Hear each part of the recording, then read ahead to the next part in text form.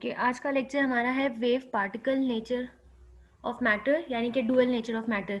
Dual nature of matter यानी कि जो आपका मैटर है उसकी जो नेचर है वो वेव नेचर भी है और पार्टिकल नेचर भी है। ठीक है, मैटर आपका इलेक्ट्रॉन प्रोटॉन न्यूट्रॉन से लेके ह्यूमन बॉडी यानी कि माइक्रोस्कोपिक लेवल से मैक्रोस्कोपिक तक जितना भी मैटर है वो सबकी जो नेचर है वो डुअल नेचर है, यानी कि वो वेव की तरह भी बिहेव करता है और पार्टिकल नेचर भी है। ठीक है, तो ये आज हमने स्टडी करना है। यहाँ पे आपके पास अब ये वेव नेचर किस तरह से है कि Planck's quantum theory of radiation tells us that light shows a dual character. Planck's quantum theory जो है वो हम बताती है जो रेडिएशंस हैं, जो हम लाइट या फोटोन की बात करें, वो आपके पास डुअल करेक्टर के हैं, यानी कि वो वेव नेचर के भी हैं और पार्टिकल नेचर के भी। It behaves both as material particle and as a wave. This idea was extended to a matter particles in 1924 by Louis de Broglie. ठीक है, ये आज हम लोगों ने डी ब्रोगले की इक्वेशन स्टडी करनी है। ये इक्वेशन नंबर 28 आपके पास कि जो लेमडा है यानी कि वेवलेंथ, ठीक है, वो इनवर्सली प्रोपोर्शन होता है मोमेंटम के। ठीक है, ये आपके पास मोमेंटम मास और वेलोसिटी का जो प्रोडक्ट है ये मोमेंटम। ठीक है, वेवलेंथ ऑफ इलेक्ट्रॉन, ये आपके पास वेवलेंथ, अगर हम इलेक्ट्रॉन की बात करें तो वेवलेंथ ऑफ इलेक्ट्रॉन जो है वो इनवर्सली प्रोपोर्शन होती है मोमेंटम के। ठीक है, और ये आपके पास जो है प्लैंक्स क्वांटम कांस्टेंट है। अच्छा, यहाँ पर this idea was extended de Broglie ने, यानी कि प्लैंक्स क्वांटम थ्योरी आपको कहती है कि जो डुअल करेक्टर है। फिर डी ब्रोगले ने इस कॉन्सेप्ट को एक्सटेंड किया था कि according to de Broglie all matter particles in motion, ठीक है, जो मोशन में है, मूव करती हैं, उनका डुअल करेक्टर है। इट मीन्स इसका में आपके पास electron, proton, neutron, atom, molecule, यानी कि हर माइक्रोस्कोपिक से लेके मैक्रोस्कोपिक सबका डुअल नेचर है, वेव नेचर भी है और पार्टिकल नेचर भी है। ठीक, this is called wave particle duality in matter. ठीक है, डी ब्रोगले ने मैथमेटिकल इक्वेशन दी थी जिसके अंदर आपको रिलेशनशिप जो है वो वेवलेंथ ऑफ इलेक्ट्रॉन और मोमेंटम ऑफ इलेक्ट्रॉन, ये आपके पास जो वेवलेंथ ऑफ इलेक्ट्रॉन हो गया और ये मोमेंटम ऑफ इलेक्ट्रॉन, इन दोनों के दरमियान जो रिलेशन है वो आपके पास इनवर्स है। अब ये इक्वेशन नंबर 28 आई कहाँ से है, हम इसकी डेरिवेशन करेंगे। यहाँ पे लेमडा आपके पास वेवलेंथ हो गई। ठीक है, ये प्लैंक्स कांस्टेंट है, ये मास और ये वेलोसिटी ऑफ इलेक्ट्रॉन है। ठीक, और ये उन्होंने बताया हुआ है कि वेवलेंथ जो है वो इनवर्सली प्रोपोर्शन है मोमेंटम के। अब ये इक्वेशन डिराइव उन्होंने कैसे किया, इक्वेशन नंबर 28। तो यहाँ पे आपके पास पहले प्लैंक्स इक्वेशन, ठीक है, जो प्लैंक्स इक्वेशन थी कि एनर्जी आपके पास डायरेक्टली प्रोपोर्शन थी फ्रीक्वेंसी के। ठीक है, प्रोपोर्शनैलिटी का साइन रिमूव करते हैं तो आपके पास यहाँ पर प्लैंक्स कांस्टेंट और इज इक्वल टू का साइन, ये प्लैंक्स इक्वेशन हो गई। और जो आइंस्टाइन की मास एनर्जी रिलेशनशिप है is equal to M C square, दोनों ये बेसिकली किससे हैं, एनर्जी, ये भी एनर्जी और फ्रीक्वेंसी का है। ये एनर्जी का रिलेशन मास और वेलोसिटी यानी स्पीड ऑफ लाइट के साथ है। ठीक, ये दोनों एनर्जी के इक्वल है, इसका मतलब है ये दोनों इक्वेशंस आपस में भी इक्वल हैं। तो ये उन्होंने इक्वेशंस को, ये आपके पास ये प्लैंक्स क्वांटम थ्योरी वाली प्लैंक्स इक्वेशन और ये आइंस्टाइन की मास एनर्जी रिलेशनशिप, ठीक है, इन ये दोनों आपस में इक्वल हैं क्योंकि ये दोनों एनर्जी के इक्वल थे। फिर उसके बाद प्लैंक्स क्वांटम थ्योरी में आपने पढ़ा था कि ये जो फ्रीक्वेंसी है, ठीक है, फ्रीक्वेंसी किसके इक्वल है, स्पीड ऑफ लाइट के डिवाइडेड बाय लेमडा। ठीक है, फ्रीक्वेंसी और वेवलेंथ एक दूसरे के इनवर्स थे, ये वो वाला। यहाँ पे आप क्या करेंगे, इसी इक्वेशन में आप यहाँ फ्रीक्वेंसी की जगह, ये फ्रीक्वेंसी की जगह सी ओवर लेमडा की वैल्यू पुट कर देंगे, तो आपकी ये वाली इक्वेशन इस तरह से हो जाएगी। यहाँ पे आपने फ्रीक्वेंसी की जगह c over lambda is equal to M C square. ठीक है, अब आप क्या करोगे, लेमडा आपने क्या करना है, लेफ्ट हैंड साइड पे रखेंगे। लेमडा को जब आप लेफ्ट हैंड साइड पे रखोगे तो ये अब इक्वेशन किस तरह से हो जाएगी कि लेमडा आप इस साइड ले गए, ठीक है, और जो एम सी स्क्वेयर है यहाँ पे डिनोमिनेटर में आ जाएगा। ठीक, सी और सी स्क्वेयर आपस में कैंसिल होकर सिर्फ आपके पास इस तरह से इक्वेशन नंबर ये 30। ठीक है, हमें अभी इक्वेशन कौन सी चाहिए, इक्वेशन नंबर 28, ये आपके पास एच ओवर एम वी है, ये वेलोसिटी ऑफ इलेक्ट्रॉन है। लेकिन ये वाला जो अब यहाँ पे इक्वेशन 30 में है आपके पास, ये वेलोसिटी आपके पास स्पीड ऑफ लाइट है। ठीक है, लाइट हमें इलेक्ट्रॉन की चाहिए। ठीक है, तो according to equation 30 the wavelength of photon, ठीक है, क्योंकि लाइट है तो बेसिकली उसमें क्या है, एनर्जी पैकेट्स फोटोन की फॉर्म में होते हैं। ठीक है, तो वेवलेंथ जो है इनवर्सली प्रोपोर्शन है to the momentum of photon. ठीक है, तो ये अभी मोमेंटम किसका है, फोटोन का। Consider that nature is symmetrical, we apply this equation to the moving electron.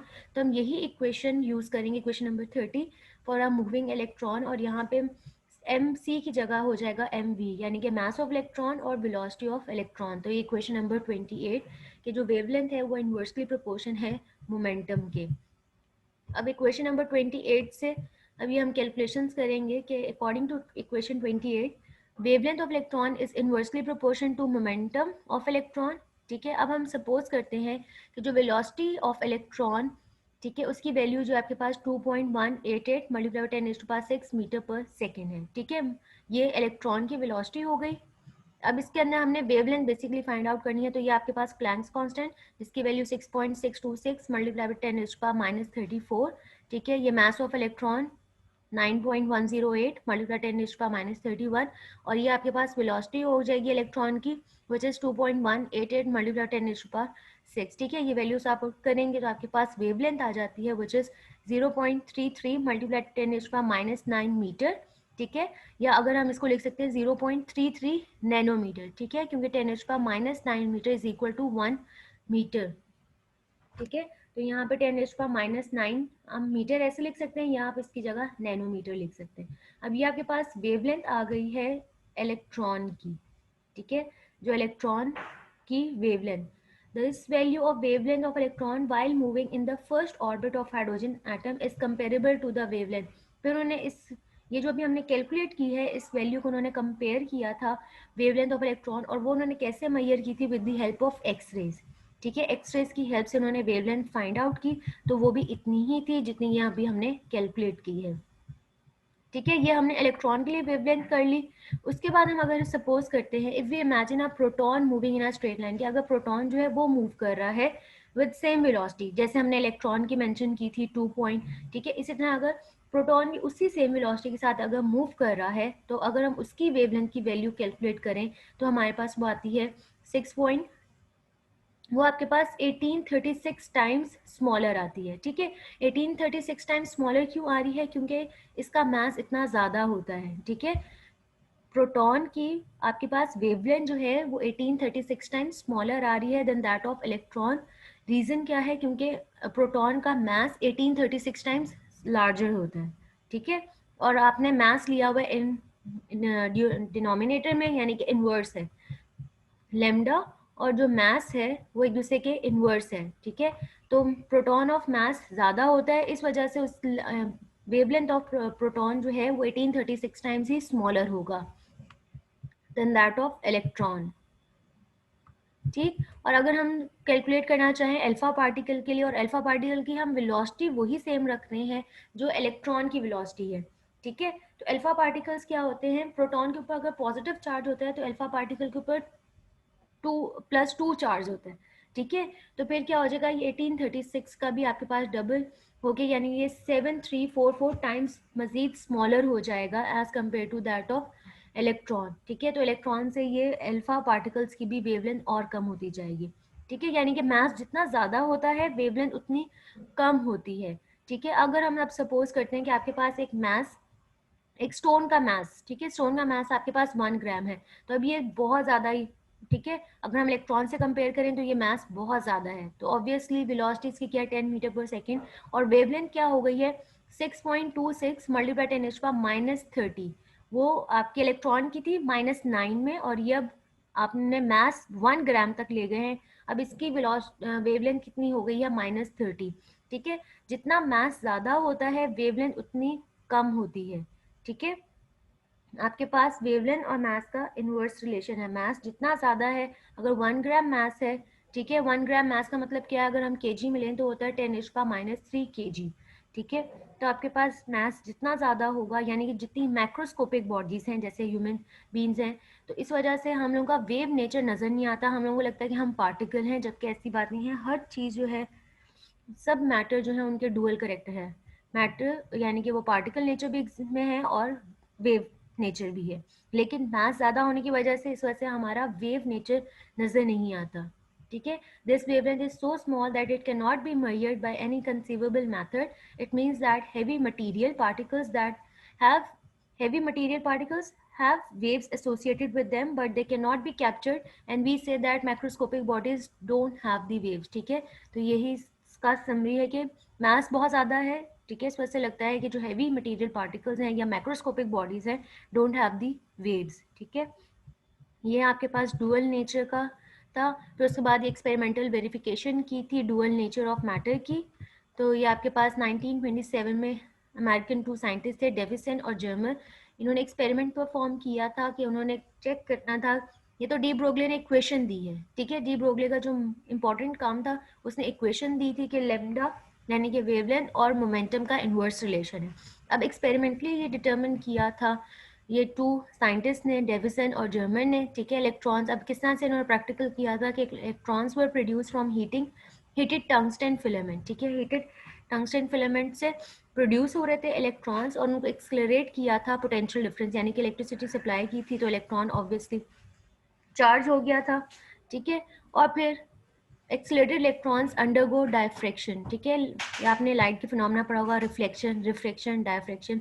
तो इलेक्ट्रॉन ने डायफ्रैक्शन का फिनोमेना शो किया था, इसका मतलब है डायफ्रैक्शन का फिनोमेना शो करते हैं, इसका मतलब है कि ये वेव नेचर है, इलेक्ट्रॉन की वेव नेचर है। When they fall on a nickel crystal in this way the wave nature of electron got verified, ठीक। और फिर इसके बाद डेविसन और जर्मर, इनको भी नोबेल प्राइज़ मिला था, और डी ब्रोगले को अलग से भी नोबेल प्राइज़ मिला था, क्योंकि डी ब्रोगले का इंपॉर्टेंट काम क्या था, उसने इक्वेशन दी थी मैटर वेव वाली, ठीक है, यानी कि lambda is equal to H over M V की, ठीक। और इन तीनों साइंटिस्ट को नोबेल प्राइज़ मिला था। ये आपके पास डी ब्रोगले की यानी कि डुअल नेचर, ठीक है। तो ये आपके पास शॉर्ट क्वेश्चन में आ सकता है या कैलकुलेशन आ सकती है, ठीक। उसके बाद एक और है आपके पास हेजनबर्ग अनसर्टिनिटी प्रिंसिपल। अब एक और साइंटिस्ट है हेजनबर्ग, इसने अनसर्टिनिटी प्रिंसिपल उसने कहा था एट अ टाइम, एक ही टाइम के अंदर आप किसी भी चीज़ की जो है एग्जैक्ट पोजीशन, ठीक है। फॉर एग्जांपल अगर इलेक्ट्रॉन है या आप एटम में उसका पोजीशन किस जगह है या उसकी वेलोसिटी, ठीक है, ये एट अ टाइम आप मेजर नहीं कर सकते एग्जैक्ट, यानी कि एक्यूरेट वैल्यू आप इनकी, या आप उसकी पोजीशन बता सकते हैं एक टाइम में, या आप उसकी वेलोसिटी बता सकते हैं। दोनों चीज़ें, पोजीशन और वेलोसिटी, किसी भी चीज़ की आप नहीं बता सकते, एक अनसर्टेन हो जाती है, ठीक है, एक जो है डिस्टर्ब। अगर आप पोजीशन फाइंड आउट कर रहे हैं तो उसकी वेलोसिटी चेंज हो जाती है, अगर आप वेलोसिटी फाइंड आउट करेंगे तो उसकी पोजीशन चेंज हो जाती है। दोनों चीज़ों को आप साइमल्टेनियसली जो है डिटर्मिन नहीं कर सकते, मेजर नहीं कर सकते, ठीक है। अब ये रीज़न क्या है कि क्यों नहीं मेजर कर सकते, कि according to Bohr's theory, Bohr की थ्योरी क्या थी कि इलेक्ट्रॉन, वो कहता है कि इलेक्ट्रॉन जो है वो मटेरियल पार्टिकल है। अगर हम ये सपोज करें कि इलेक्ट्रॉन सिर्फ मटेरियल पार्टिकल है तो हम उसकी पोजीशन और मोमेंटम डिटर्मिन कर सकते थे ग्रेट एक्यूरेसी के साथ, ठीक है, यानी कि बहुत अच्छे से, अगर इलेक्ट्रॉन सिर्फ मटेरियल पार्टिकल का होता।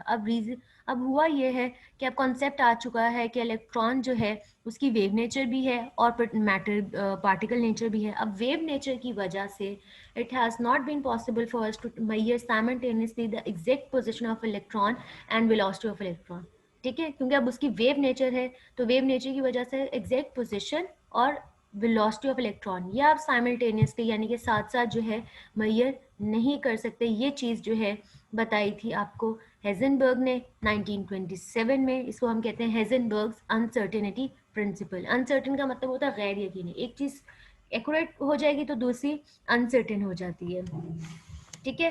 अब वो कह रहे हैं कि सपोज करते हैं, सपोज दैट डेल्टा एक्स, ठीक है, डेल्टा एक्स क्या है, डेल्टा एक्स आपके पास पोजिशन है, ठीक है, is the uncertainty in the measurement of the position. आपको डेल्टा एक्स यानी कि डिफरेंस आप ले रहे हो कि x1 x2, यानी इधर हो सकता था x1 पे या x2 के ऊपर, तो आपने उसका डिफरेंस ले लिया, ठीक है। तो ये हो गया uncertainty in the measurement of position.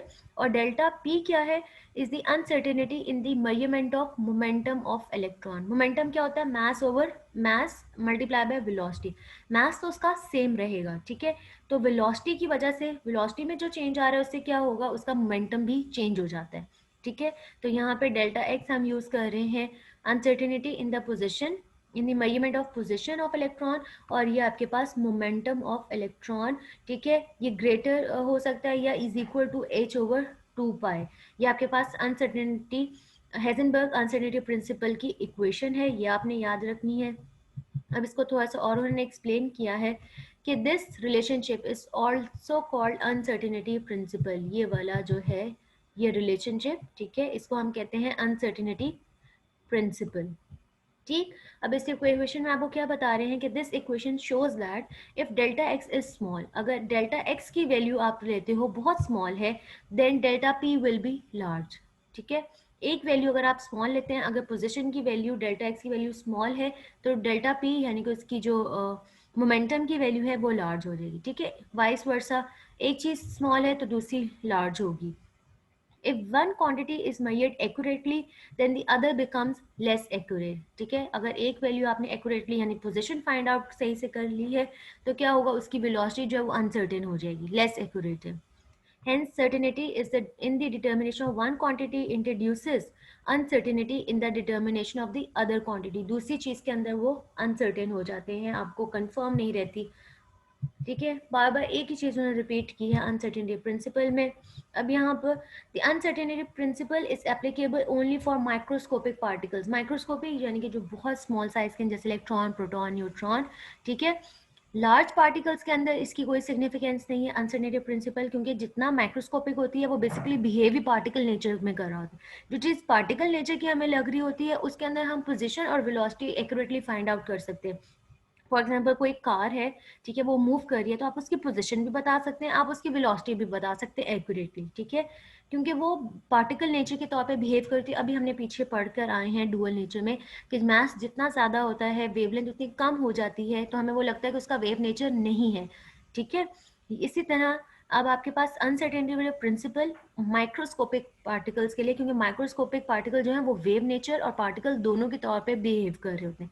ठीक है, इस वजह से इलेक्ट्रॉन, प्रोटॉन, न्यूट्रॉन आप इनकी या तो एग्जैक्ट पोजीशन बता सकते हैं या इनका मोमेंटम, या जिसको आप कह सकते हैं वेलोसिटी।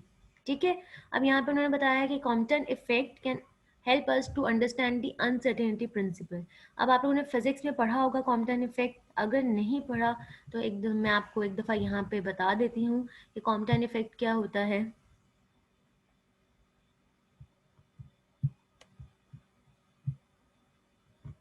ये आप लोगों को स्क्रीन पे शो हो रहा होगा। ठीक है, कॉम्पटन इफेक्ट में क्या होता है कि एक आपके पास इलेक्ट्रॉन है, ठीक है, अभी ये टारगेट इलेक्ट्रॉन एट रेस्ट, ये अभी रेस्ट पे है, ठीक है, मूव नहीं कर रहा है, इसकी कोई अभी वेलोसिटी नहीं है। ठीक, लेकिन आप अभी क्या है, आप इसकी पोजीशन फाइंड आउट कर सकते हो। ठीक है, लेकिन पोजीशन कैसे फाइंड आउट करेंगे, आप इसके ऊपर जब कोई लाइट पड़ती है, ठीक है, कोई फोटोन पड़ता है, तभी आप चीज़ की पोजीशन बता सकते हैं।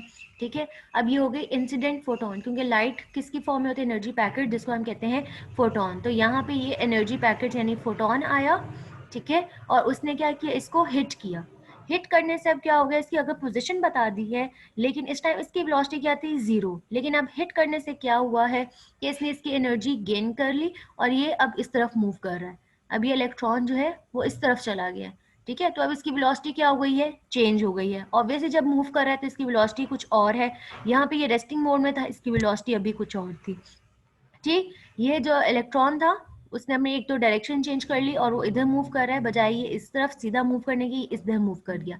और ये जो इंसिडेंट फोटोन था, इंसिडेंट फोटोन ने क्या किया है, इसको हिट करने के बाद इसकी भी डायरेक्शन चेंज हो गई, और ये आपके पास स्कैटर्ड फोटोन, वो भी उसने भी अपनी डायरेक्शन जो है वो चेंज कर ली। ठीक है, ये कॉम्पटन इफेक्ट होता है, यानी कि एक इलेक्ट्रॉन को जब फोटोन ने हिट किया तो इलेक्ट्रॉन और फोटोन दोनों की डायरेक्शन जो है और वेलोसिटी जो है वो चेंज हो जाती हैं, उनकी वेवलेंथ जो है वो चेंज हो जाती है। ठीक है, ये आपके पास है कॉम्पटन इफेक्ट। अब वापस आते हैं, हम इसको अपने कॉन्सेप्ट के साथ रिलेट करते हैं कि कॉम्पटन इफेक्ट में किस तरह से effect can help us to understand the uncertainty principle. कि suppose we wish to determine the position of electron, कि अगर हमने पोजीशन ऑफ इलेक्ट्रॉन मेजर करनी है, अब वो फोटोन, मैं आपको कहा कि लाइट हमें चाहिए, तो अगर हम विजिबल लाइट लेते हैं तो हम जो है वो यूज़ नहीं कर सकते। ठीक है, अगर हमने position of electron find out करनी है तो हम विजिबल लाइट यूज़ नहीं कर सकते। उसकी रीज़न क्या है, because the wavelength of visible light is million times larger as compare to diameter of electron. वो कहते हैं विजिबल लाइट की वेवलेंथ बहुत ज़्यादा है। वेवलेंथ ज़्यादा होने से क्या होगा, यहाँ पे अगर वेवलेंथ ज़्यादा है, फॉर एग्जांपल वेवलेंथ ज़्यादा, इस तरह से उसके क्रस्ट और ट्रफ इतने बड़े बड़े हैं, तो क्या होगा कि वो इसको हिट ही नहीं करेंगे, इसके ऊपर और नीचे से गुजर जाएंगे। ठीक है, तो इस वजह से आप विजिबल लाइट हम यूज़ नहीं कर सकते to determine the position of electron. हमें इसके लिए कोई दूसरी लाइट यूज़ करनी पड़ेगी जिसकी वेवलेंथ जो है वो कम हो। ठीक है, तो वेवलेंथ कम हो, for this purpose we have to use x rays. ठीक है, which have very short wavelength as compare to visible light. ठीक है, उनकी वेवलेंथ कम होती है तो हम पोजिशन फाइंड आउट कर सकते हैं। व्हेन दिस फोटोन यानी कि एक्स रेज की रेस है, ठीक है, एनर्जी पैकेट्स होंगे, अब उसके फोटोन जब स्ट्राइक करते हैं इलेक्ट्रॉन को, the momentum of electron will change. ठीक है, आपने पोजिशन तो फाइंड आउट कर ली, लेकिन उसका मोमेंटम ऑफ इलेक्ट्रॉन क्या हो जाएगा, वो चेंज हो रहा है, will change. In other words uncertainty of momentum will appear. ठीक है, इससे क्या होगा कि अनसर्टेनिटी पैदा हो जाती है मोमेंटम के अंदर, will appear due to change of velocity. Momentum में क्यों अनसर्टेनिटी आई है, क्योंकि बेसिकली चेंज हो गई है उसकी वेलोसिटी ऑफ इलेक्ट्रॉन। ठीक, smaller the wavelength of x rays, x rays की वेवलेंथ जो है वो स्मॉल है, तो greater will be the energy of photon. ठीक है, तो आप हम लोगों ने एनर्जी वाले में पढ़ा हुआ है, प्लैंक्स क्वांटम थ्योरी में भी हमने पढ़ा था, एनर्जी और फ्रीक्वेंसी का डायरेक्ट रिलेशन होता है, एनर्जी और वेवलेंथ का इनवर्स रिलेशन है। अगर एक्सरेज की वेवलेंथ कम है तो इसका मतलब है उनकी एनर्जी ज़्यादा है। ठीक है, अगर एनर्जी ज़्यादा है तो hence the collision of x rays with electron, अब क्योंकि जब एक्स रेज और इलेक्ट्रॉन के आपस में अब कोलाइड होंगे, will bring about the uncertainty, the greater uncertainty in momentum, क्योंकि वो ज़्यादा एनर्जी के साथ हिट करेगा और फिर उनकी वेलोसिटी ज़्यादा चेंज हो रही है, तो ऑब्वियसली क्या होगा, मोमेंटम चेंज हो रहा है। ठीक है, so in effort to determine the exact position, अगर हमें एग्जैक्ट पोजिशन मेजर करनी है of electron, has rendered its momentum uncertain. ठीक है, पोजिशन एग्जैक्ट फाइंड आउट हो गई, लेकिन मोमेंटम जो है वो चेंज हो गया है। अगर अब हमें मोमेंटम फाइंड आउट करना है, उसके लिए फिर आप क्या करते हो, when we use the photons of longer wavelength. अब आप लॉन्गर वेवलेंथ वाले यूज करोगे, लॉन्गर वेवलेंथ यूज करने का इशू, इससे क्या होगा, लॉन्गर वेवलेंथ से क्या होगा, उसकी एनर्जी कम होगी, यानी कि जब वो हिट करेगा इलेक्ट्रॉन को फोटोन, ठीक है, तो वो बहुत कम एनर्जी, तो उसकी मोमेंटम यानी उसकी वेलोसिटी में कम चेंज आएगा, मोमेंटम में कम चेंज आएगा। ठीक है, तो अगर आपने मोमेंटम फाइंड आउट करना है तो आप यहाँ यूज करेंगे photon of longer wavelength, longer wavelength to avoid the change of momentum. ठीक है, लेकिन इससे क्या होगा, the determination of position electron becomes impossible. लेकिन आप लार्जर वेव लॉन्गर वेवलेंथ वाले से क्या होगा, मोमेंटम आपने फाइंड आउट कर लिया, लेकिन उसकी पोजिशन ऑफ इलेक्ट्रॉन वो फाइंड आउट नहीं कर सकते। ठीक है, तो हम एक दफ़ा इसकी समरी, अब आपके पास हाइजेनबर्ग अनसर्टेनिटी प्रिंसिपल की क्या है कि आप एट अ टाइम जो है साइमल्टेनियसली पोजीशन और इलेक्ट्रॉन की वेलोसिटी वो कैलकुलेट नहीं कर सकते।